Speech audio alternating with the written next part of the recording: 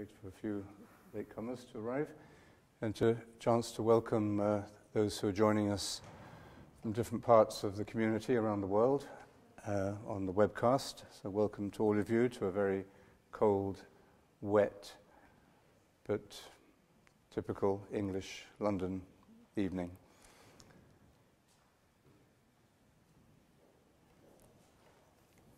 Actually a rather beautiful day today, wasn't it? Sunny day. Good evening. So this is first in a series of talks where we'll look at milestones, stages of life. We often think of milestones in our lives as being events. Jeroen has just had a big milestone in his life. As he announced, he's the man behind the camera, as he announced and we celebrated today as he's getting engaged to Jo, and she and he are, I should mention Jo is a she, that they will be hopefully getting married in August. So that will be another milestone in their life. So we go from one milestone to another, events. And the events that we identify as milestones, we put them in our photograph albums and so on, those are very personal. They occur on different dates in different ways, different places for each of us. But there's another way of looking at the stages of life, which is more universal, of course, that we all go, by virtue of being human, through certain phases. The obvious ones are youth, middle age, and old age, birth and death, rounding it off. So I'd like to look at this question of the stages of life, which I think is a different question, or has different answers or different content for the modern mind than it did in the past, because our modern minds are stacked and stocked with many things that weren't there in the past. So it's worth revisiting this idea of the stages of life, given the fact that our lifespan is extended from 26 to 82 within our lifetimes, probably, I think. So we live longer, generally, and so we need to map out these phases of our life with a little bit more precision, perhaps. And the word milestone comes from a Roman word that referred to a large cylindrical stone that they placed on their great long roads, like the Watling Street here in London, every 1,000 paces, every 1,000 steps. And the Latin for 1,000 is mille, which gives us mile. So a mile is 1,000 steps, and every 1,000 steps you put up one of these stones. And that gave you a sense of a distance covered, just when you're driving from A to B or flying from A to B. It's nice to know how much longer you've got to go on the journey, whether you should take a break or whether you should keep going, or so on. So it gave a sense of distance covered, and that makes the journey different, doesn't it, when you know how much of it you've covered. That changes your perception of the meaning of the journey or relationship to the journey. So some things we can measure in precise ways like that, and other ways we measure in a more impressionistic or intuitive or psychological way. These milestones later developed, of course, also into waymarkers, where they would put up a direction, a signpost at crossroads or junctions where you would know which direction you should go in order to get to your destination. So every journey, physical or psychological or spiritual, every journey has stages. We need to have some sense of where we are on the journey, although we can't always measure it completely. We don't know how long we're going to live, for example. But we have a sense that we're at a certain stage in our youth, in middle age, in old age. And that may happen in youth, of course, too, or you may get a terminal illness when you're in your 20s or 30s. So the sense of being at the end of the journey is just as real as if you were 92. And we also need to have a sense of the direction in which we're going. And at certain moments in our lives, sometimes very frequently, we feel a bit confounded and confused and lost, especially now that we have so many choices. There's so many milestones and so many way markers along life's road. Which way should we go? So at each stage of the journey, a new phase is beginning. There's a letting go of the past, maybe a moment's rest, but not long, and then moving on into the next stage. It's the same journey, but there is constant change. Being committed to the constancy of the journey is one thing we have to learn. The other thing we have to learn is to be open to change, otherwise we don't let go and move on. And we create additional complexities in our lives when we try to hang on to something we should let go of, or try to stay in the same place because we're content there, or because we're frightened of what's around the corner. So we have to balance, as St. Benedict understood, the consistency, the constancy, what he called the stability of the journey, with what he called conversatio, which is being open to change and recognizing that the journey is constantly changing. So we have this paradox of continuous and constant change. Perhaps a manifestation of the nature of God, actually, in creation. Constancy, unchangingness, with constant creativity and constant change. At times we are very conscious that we have to change direction. We come to the end of a job, even a relationship, or of a phase of our life in which we had an identity. Maybe you retire, or you move from one career to another, or you move from being single to being married. These are milestones in life which require a careful reflection on the meaning of the journey we're making, the decision that we are making, and the direction in which it is taking us. We can't predict very far into the future, but we can have a sense of direction.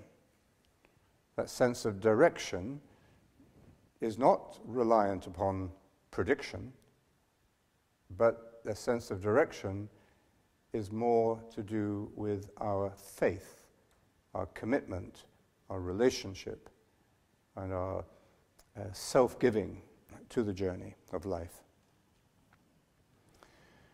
In another sense, we need to be in continuous change of direction. The Gospel reading today for Ash Wednesday tells us that Jesus says, "Repent and believe the good news." The time has come. There's a sense of urgency.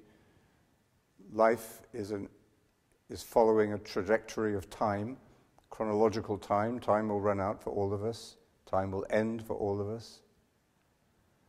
And so there is a sense of urgency. As soon as we begin to look at the meaning of life, there's a sense of urgency in our perception and acceptance of death, mortality, letting go, whether it's biological or emotional, that acceptance of death, recognition of death, what St. Benedict calls keeping death always before your eyes, is an essential ingredient in meaning.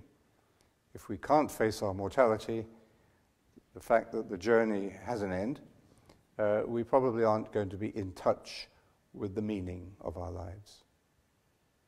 It's one of the things that we are encouraged to do during Lent, is to be aware of our mortality, precisely as a way of living more freely, more joyfully, and more fully. So when Jesus says, repent and believe the good news, the word repentance is not, as we think, laced with a sense of guilt about mistakes we've made in the past. To repent of something means to sort of kick yourself or lash yourself for having made a mistake. But that's not, so it's not a good translation. The word that he uses really means to change your direction, and in particular to change the direction of your mind, what you are looking at or the way you're facing, the orientation of your life. So when we say today, when we're in distress or in a crisis or in psychological suffering, I want to change, I want to be, that's what we are talking about, really. That's the giving expression to this need for repentance or this need for change of direction. To point ourselves in a different direction, maybe to correct a bias that we've adopted and to straighten up again, or maybe just to recognize our mistakes and move on, learning from mistakes. One of the best ways we can learn, of course, is to make mistakes and then accept them. So that's by way of general introduction to this idea of the stages of life and the milestones of life. And we can look at this question, which is very much how we make meaning. We can look at this question in different frames or different maps, if you like. You can do a map of London that's based on, I don't know, pubs. Tell you where all the pubs are, or a map of London about meditation centres. Or you can have both. You could have pubs and meditation centres in the same map. So our maps reflect a particular way of looking at and making meaning of and perceiving the world around us and our own experience. So we can look at this question of stages of life development in terms really of just very basic human development, say the development of a child. And these are very carefully mapped out stages, milestones, when the baby begins to crawl or to roll over, begins to sit, begins to walk, to stand, begins to teeth, begins to grasp things. These are all very specific moments that are of great interest and concern to the parents, especially, and more so to them perhaps than to the child, but the child is going through these stages. There was a good, if you saw on the news last night, there was a very iconic moment of television where it showed a marathon runner from Kenya, I think, a young woman from Kenya. Did you see that? She was running in the marathon at Austin, Texas, and she was in the lead, and she collapsed. Her knees just gave out a few yards away from the finishing line. And so they brought up a wheelchair, but she refused the wheelchair and crawled on her hands and knees to the finishing line and ended up third in the race. But the sheer will and determination and absolute focus was amazing to see. So every life has its finishing line, and she wanted to reach it, even if it was on her hands and knees. So we go through physical stages, of course. And then today, new milestones and new markers are needed to describe the psychological stages. We pretty much, I suppose, adolescence, puberty occurs earlier now, I think, and maybe other changes in our physical, biological, or hormonal sequence. But generally, we go through the same physical stages of development as we've always done, I suppose.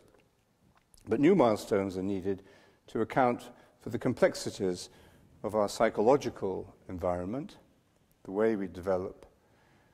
We gain experience of life earlier, at least earlier than our last 2 or 3 generations. We seem to mature later, perhaps because life is longer. And we can now recognize a stage that perhaps wasn't identified, or maybe didn't even exist, I don't know, in the past, what we call the quarter-life crisis, around about the age of 28 or 30 or so, when you've basically got a sense of what you're doing, what your career is going to be. You're not going to be on a trip to Mars. You're going to be an accountant, or you're going to be whatever, and maybe married and beginning to understand the particular form your life is probably going to take. And then that often generates a crisis of meaning.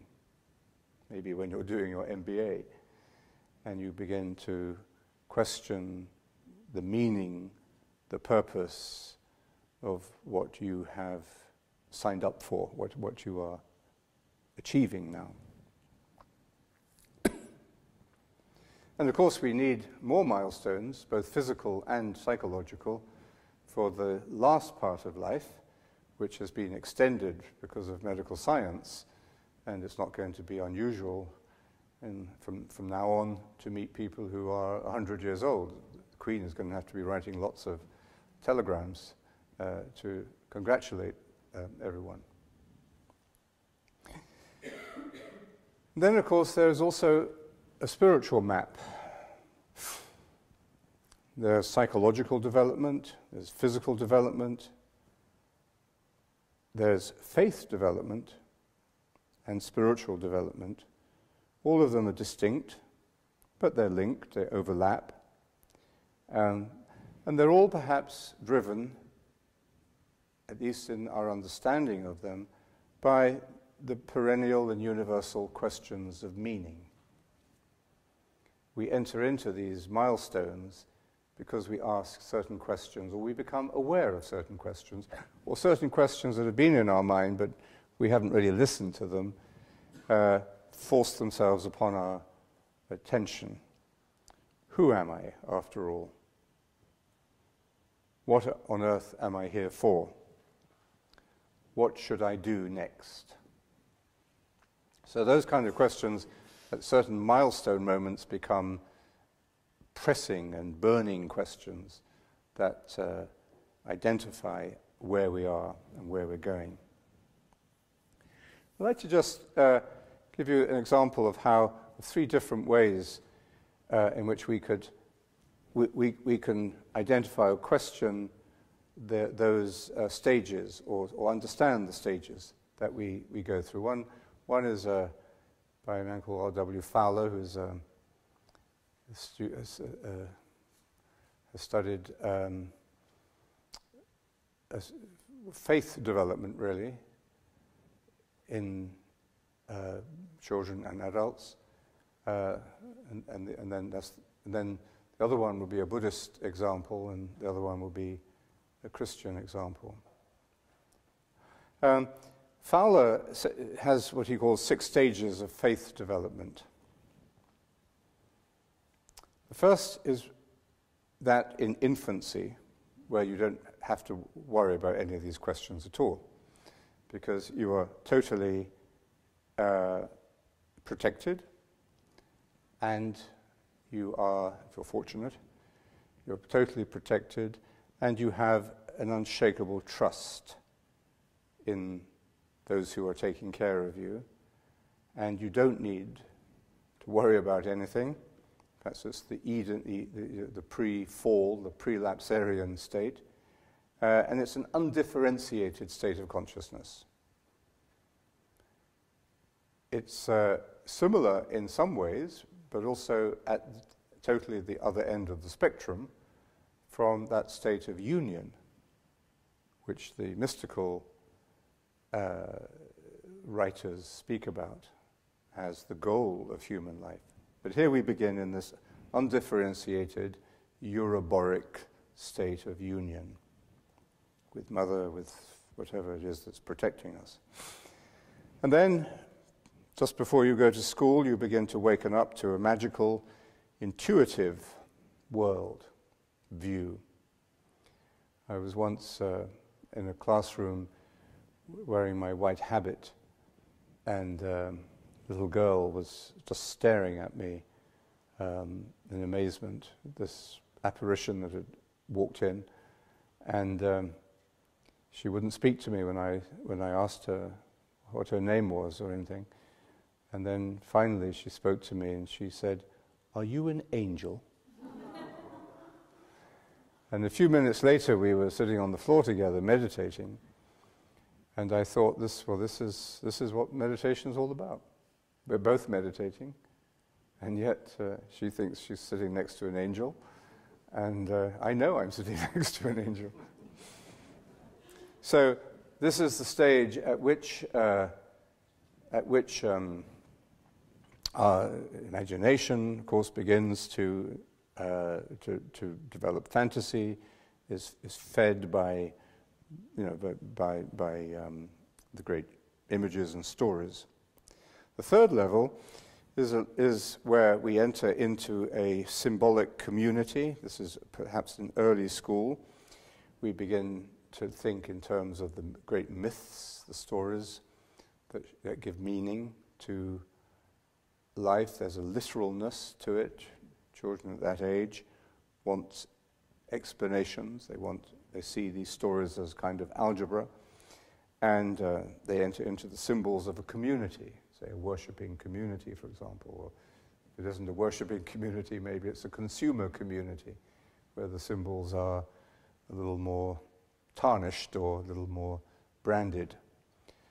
So, and then the fourth stage is adolescence, where you begin to discover that you are an individual.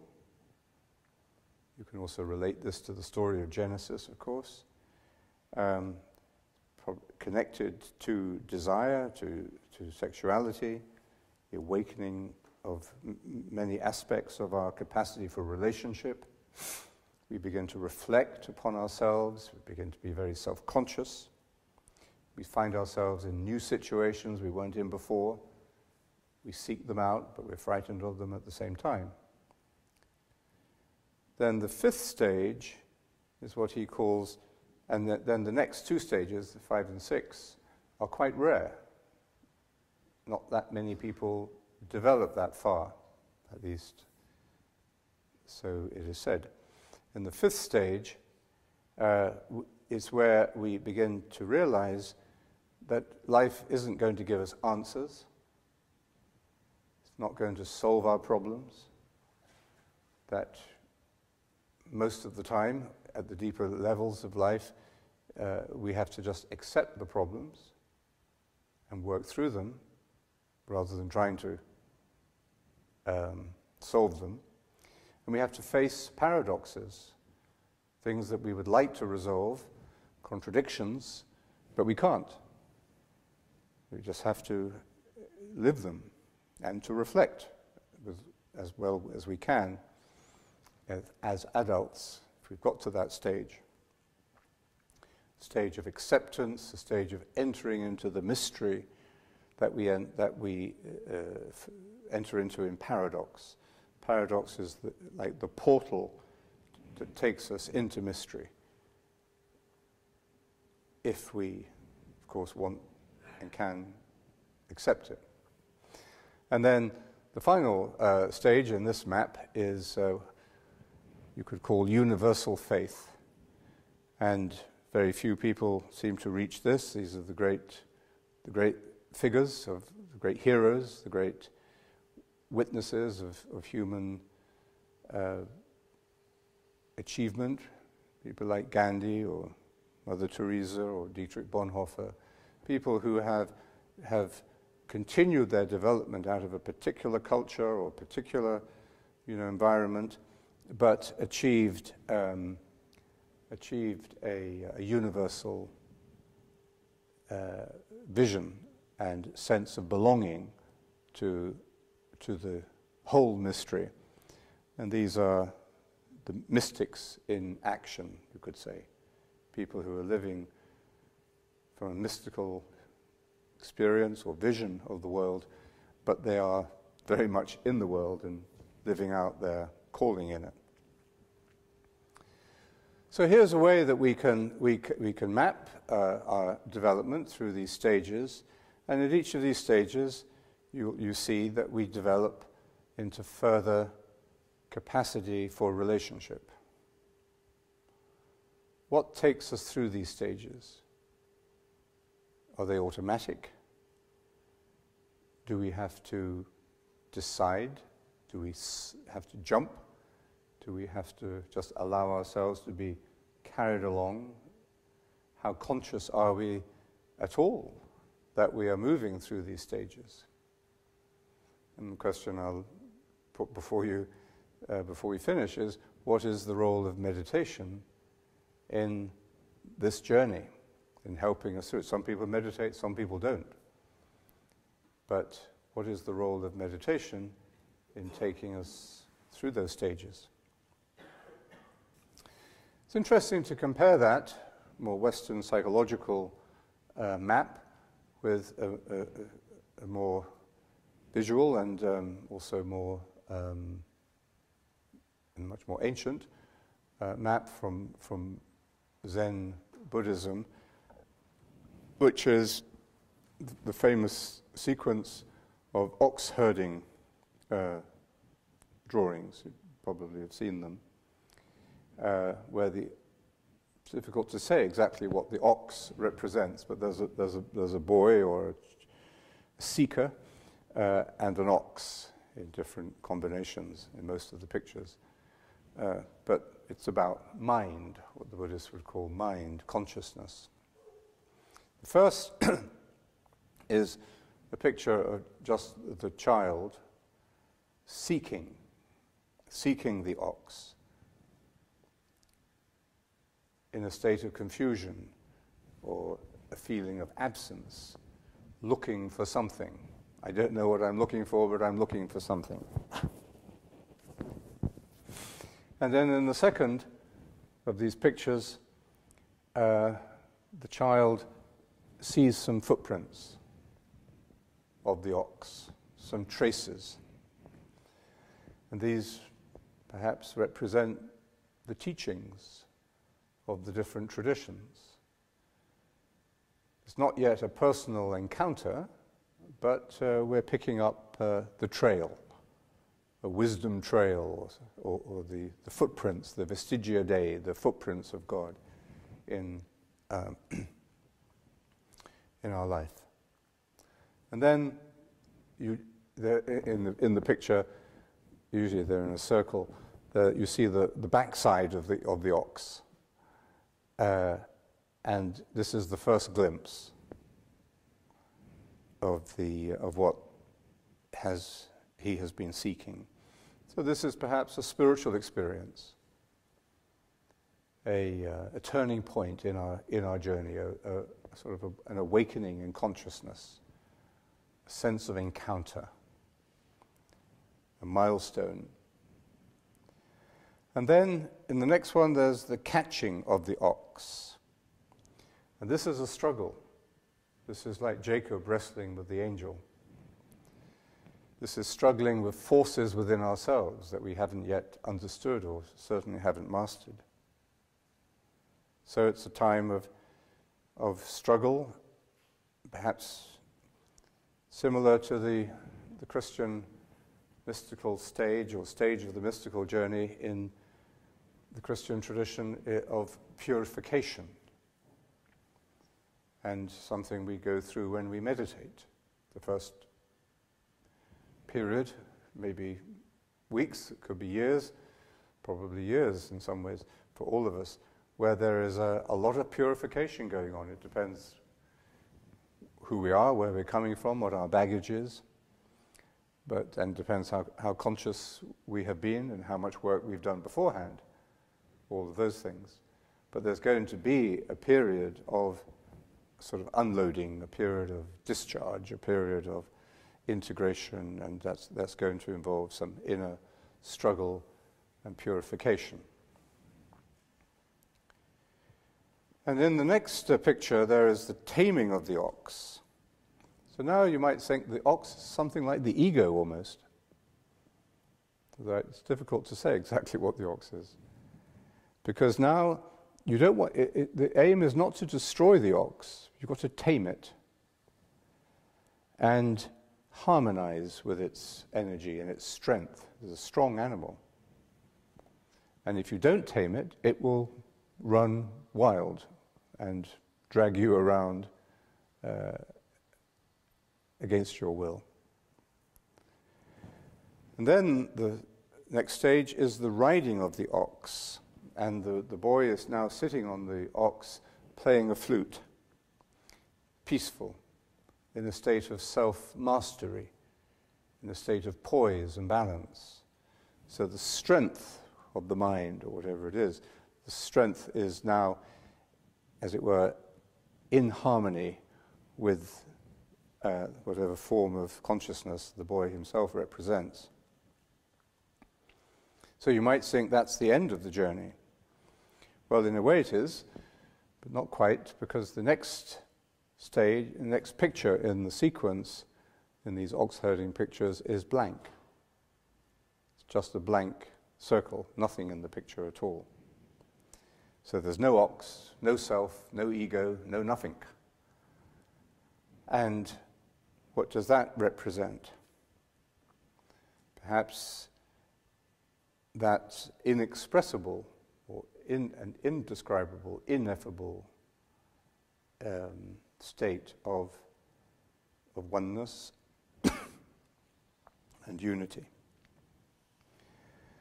The next one after that, still we haven't come to the end, the one after that is a beautiful image, a picture of nature, trees and rivers and mountains. And everything is in harmony, everything is natural, everything is flourishing, everything is growing as it should. Life is coming into fullness all around it. And that perhaps represents what is happening deep within that emptiness. It's not a nothingness. That emptiness is actually the fullness of life. And so we look at it from a different angle, and that's what we can see. And then the final stage, which is represented in nearly all sequences and different traditions of this kind, showing stages of or milestones, as it were, of the spiritual journey, the ox is gone, but the boy or the seeker now returns in maturity as a mature person to the market square, comes back into the town, and is now there to share, like Meditatio Center in the middle of London. It's there to be a place of and to be a communicator of this wisdom and of this a place where this journey can be nourished and communicated. Very similar to the stages of contemplation, which you'll find on one of the walls of Chartres Cathedral, which show a seated woman in different stages with a book. And the book represents not intellectual knowledge, but the living word, or the word of wisdom. And the final stage of the sequence that she goes through in her journey of contemplation is teaching, to give to others what has happened in oneself. You can't give an experience to other people, but we ourselves would not have reached or gone through whatever stages we've passed through without the help of others, without having received wisdom and help and so on from others. And so, in our own way, we give back to others what we have received, freely given, freely received and freely given. The early Christians saw themselves not as members of an institution, not even as believers in the ordinary sense of the word, where we use the word belief, but as followers of a way. And it was in Antioch, we're told by St. Paul, that Christians were, the followers of the way were first called Christians. But they saw themselves as followers of the way, which is not a philosophy or a doctrine or a membership of a club, but a person. They were followers of the Lord Jesus, of their teacher. He was the way, the truth, and the life for them. And they were more interested in the way and the meaning of that way than they were perhaps in stages of the journey at that point anyway, in the evolution of Christian consciousness.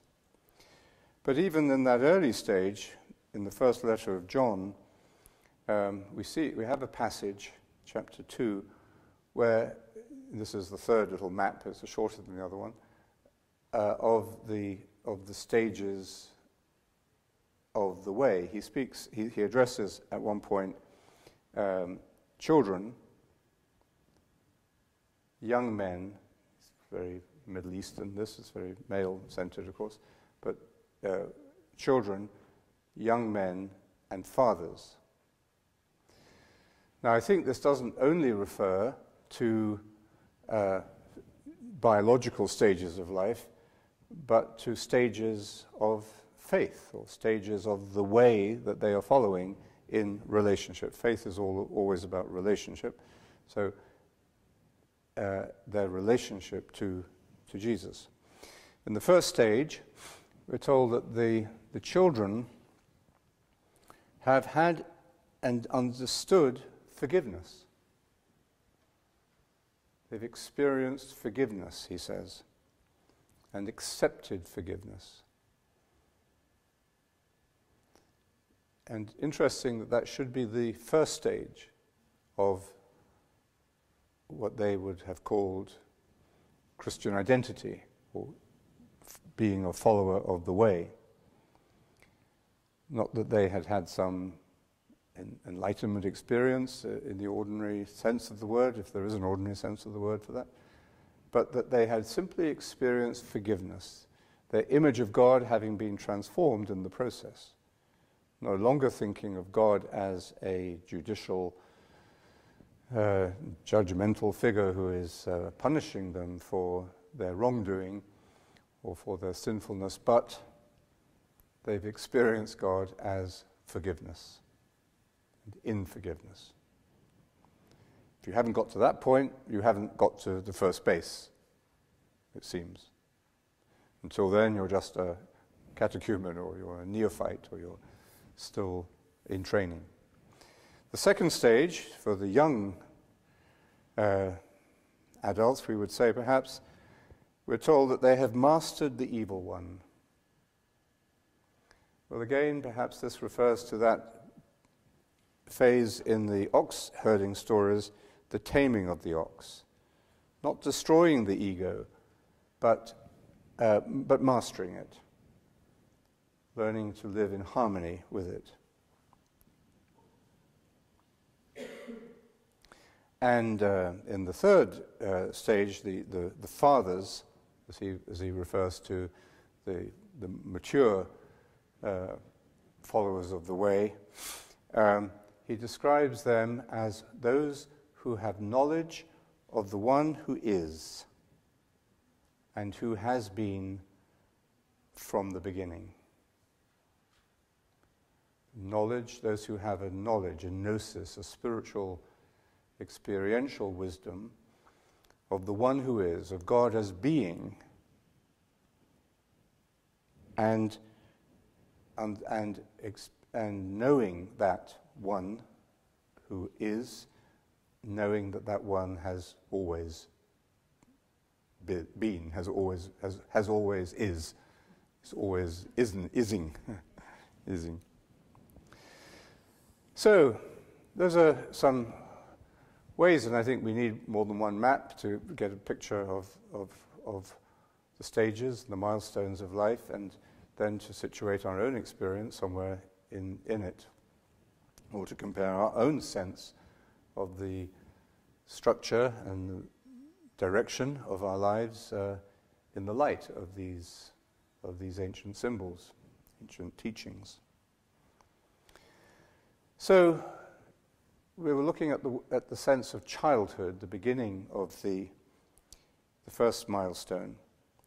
And that can be seen then, as we can see, either as a biological phase and as a developmental stage, psychological stage, and also, most deeply, as a spiritual phase of our human existence. So let's just think about childhood for a moment. It's quite hard to remember our childhood. When people start to write their biographies, they can only go so far back. Many biographies begin with their first memory. And they're very pleased to have remembered something that happened to them in the pram. But it's very hard to remember our childhood. Plato, of course, thought that we came into this world, the soul came into this world through a body, but the soul pre-existed and just took up new bodies or moved around from one body to the next. Metempsychosis, a little different from reincarnation, perhaps, but I don't know.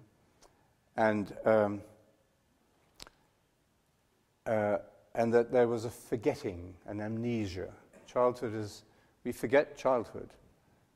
But for him, as for Wordsworth, as we'll see in a minute, childhood itself is a forgetting. At the beginning of our earthly existence, despite the fact, or because of the fact that we're on such a high learning curve and exposed to such overwhelming sensory experiences, we're not worried about meaning in the early days of our life, but we are, I suppose, worried about survival instinctively, and food and drink and comfort and affection and so on. All those things matter enormously to us. Perhaps we're just overloaded with impressions, but we don't seem to have much, at least conceptual or imaginative memory of these. Maybe the memories are there in our cells, and consciousness itself seems to be a composite. It's not just in the brain. It's not just in our senses. It seems to be spread throughout our whole body and mind. So, childhood is hard to remember, perhaps because childhood itself is a forgetting. This is what Wordsworth thought, his great poem, Intimations of Immortality.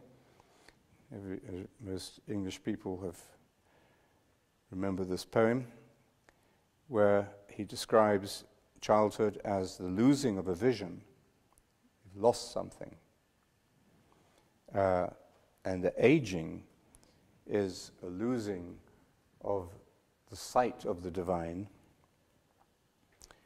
But the memory, the remnants of memory that we have of the divine is what enables us to connect with others, to turn and make relationships with other human beings. Let's listen to it, just for the sake of the poetry, really, these lines from Wordsworth. The things which I have seen, I now can see no more.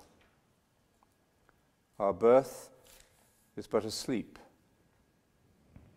and a forgetting, not in entire forgetfulness and not in utter nakedness, but trailing clouds of glory do we come from God who is our home. Heaven lies about us in our infancy. Shades of the prison house begin to close upon the growing boy.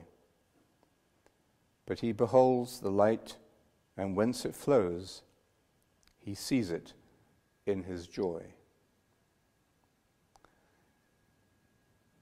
So I think that captures something of the mystery of childhood and even our experience of children, maybe not what we remember very much, but maybe some of you do better.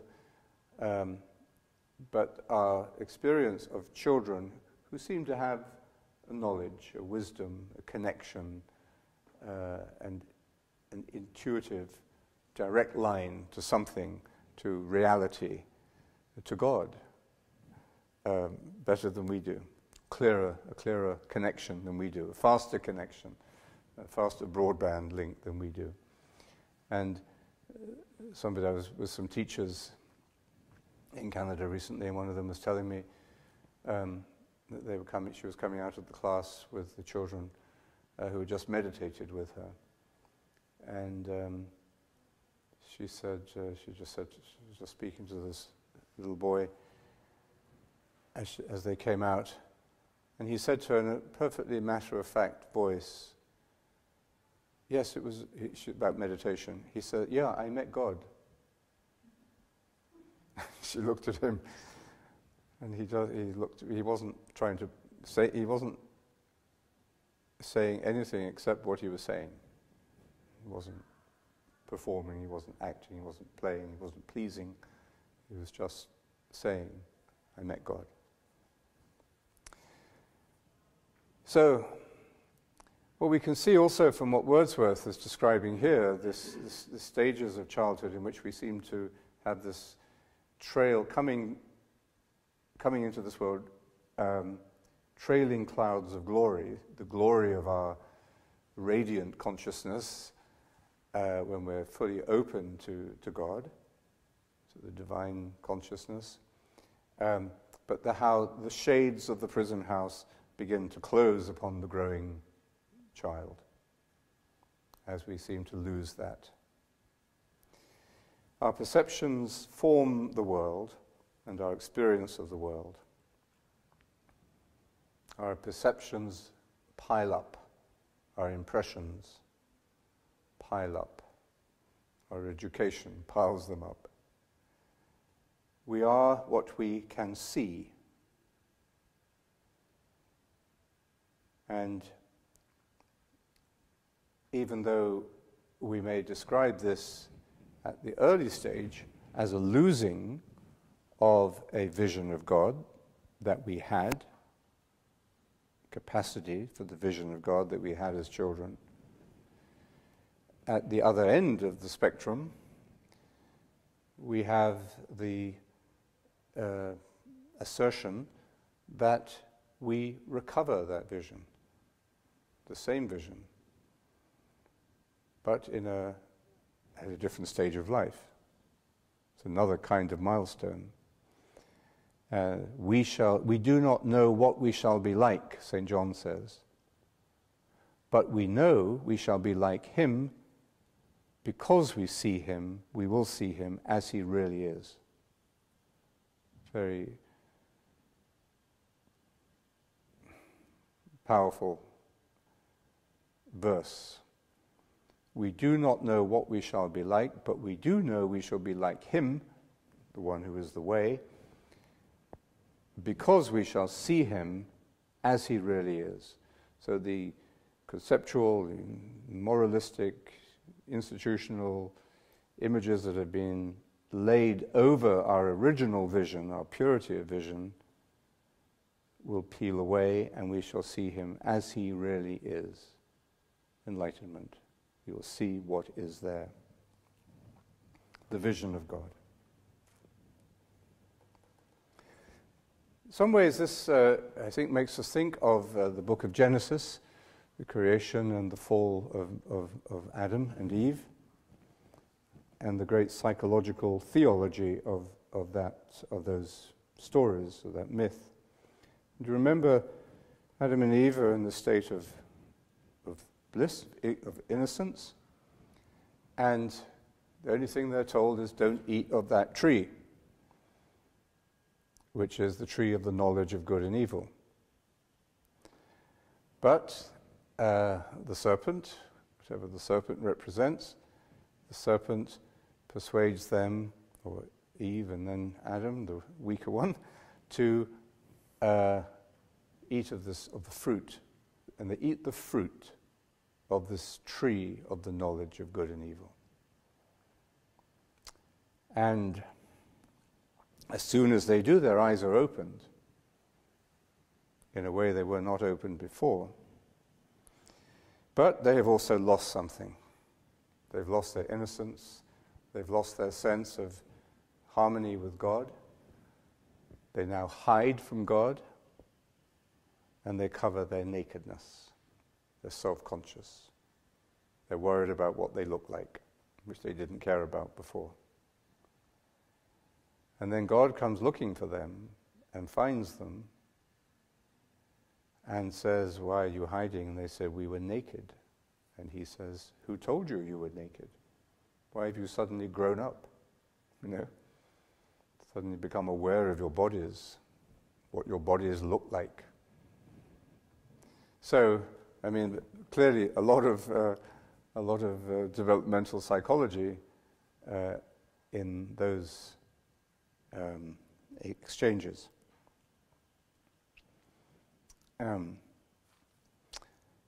But what happens? Why does God throw them out of the garden? Because he says there is the tree of life also in the garden, and they are not allowed to eat of the tree of life, because if they do, they will become like us. God says, us. They will become divinized if they eat of the fruit of the tree of life. So God here is a certain parental figure, and sends them out into the world to suffer, to give childbirth in pain, to earn their living by the sweat of their brow, and to die, to experience suffering, old age, suffering and death. And yet he is with them. He clothes them, he cares for them. So some very subtle and apparently contradictory elements in this story, in which we see humanity separating from the undivided state into individuation and self-consciousness and all the suffering and hardship that entails. Now, they seem to have come from an idyllic state of Eden, where they were in harmony with nature, harmony with God, harmony with themselves, unaware of death or suffering. Now, not all childhoods are idyllic, but I think even if we didn't have an idyllic childhood ourselves, we still feel a certain nostalgia and a certain sense of loss when we look back or try to remember. Even though children can't wait to be older. It's the only stage of life, I think, where people want to be older. And the child, even whether the child has, whether we would call it a happy childhood or a conflicted or unhappy childhood, there is the struggle between freedom and experience, between the protection that we want, that we need, that we long for, and the adventure and the being able to do what we want. So this conflicted experience of childhood affects us throughout our life. We want to be free, do what we like, but we want to make sure that mummy or daddy is there to make sure we don't run too far away, or if we do, that they'll be there to pick up the pieces or bail us out or pay the mortgage. So we need secure boundaries, but we also want total freedom. This is the conflict we carry into our life from childhood, happy or unhappy, I think. And until we grow very old, we are experiencing this conflict, or until we recover a second innocence. Jesus said, you must become like a little child if you were to enter the kingdom of heaven. The kingdom of heaven is not Eden. It's not going back into the Euroboric and undifferentiated state. John Main spoke about meditation as the recovery of innocence, the recovery of our innocence. Rather similar to what the Greek fathers, some of them spoke about, that in prayer we recover virginity. So we do actually, as it were, reconnect, but at a higher level or at a different milestone on the journey. We reconnect, we recover some of the essential qualities that we had as a child, but which we lost and had to lose in order to grow up. Innocence regained. It's regained through a mature relationship to our source, to God. Our ontological but not our biological parent. At a certain point, our biological parents become less important. I mean, we don't love them or appreciate them, but they become less important. Or we see our biological parents no longer through the immediate refraction of our psychological memories and attachments and wounds and complexities and Oedipus complexes and so on, but we see our parents within the experience of the ontological parenthood of God. This is where we have come from, where we have all come from. And then as we recover that childlikeness, we see that we're really very fortunate that we ate of the tree of the knowledge of good and evil, despite the suffering that it brought us, despite the pain and the mistakes that it led us to. Because of that disobedience, we are able to eat of the tree of life, which God said will make us like God himself. And this, I would say, is our discovery of contemplation. This is where we really begin to feed, to suckle, as it were, directly from the tree of life, the source of life itself. We often live still controlled by the past, psychologically and even physically. We regret lost innocence, but we're at the same time unable to achieve the necessary transition to the next milestone from childishness to childlikeness, from psychological to spiritual childhood, from biological to ontological parenthood, from the ego to the true self. We can map this in different ways. So what's the difference between the childish and the childlike state? The childish state, which can last well into your 90s, is basically where you are controlled by your desires, your attractions and your repulsions, and your fantasies of happiness, which we have constructed, innocently enough, but in a deluded state from certainly after eating of the tree of the knowledge of good and evil, we start to develop fantasies about what's going to make us happy and fulfilled and peaceful and secure. And those fantasies control us for a long time until we start to break away from them, shatter them, dissolve them. That's what meditation does.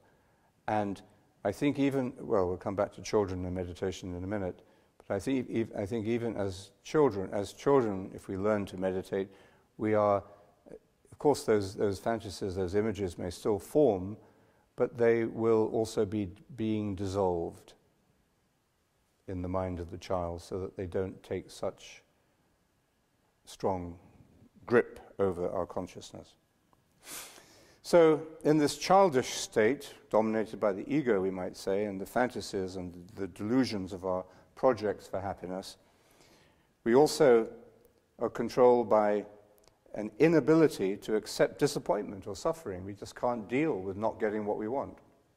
We're just like a child, raging, complaining, feeling the world is unfair because we don't get what we want on time. We lack experience of the world and knowledge of human nature because of that self-centeredness. We can only learn about the world and human nature by being other-centered through relationship. We need security, and we fear adventure.